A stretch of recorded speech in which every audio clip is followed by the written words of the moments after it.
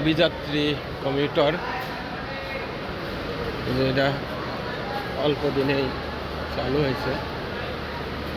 অভিযাত্রী commutator, এটা ঢাকা গোপালগঞ্জ।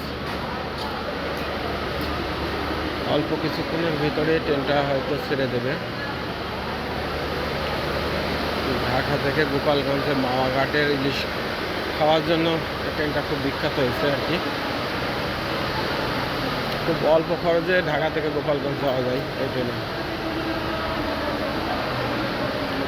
এটা অবশ্য আগে জয়দেবপুর কমিউটার ছিল আর কি। জয়দেবপুর থেকে আসতো, জয়দেবপুর থেকে এসে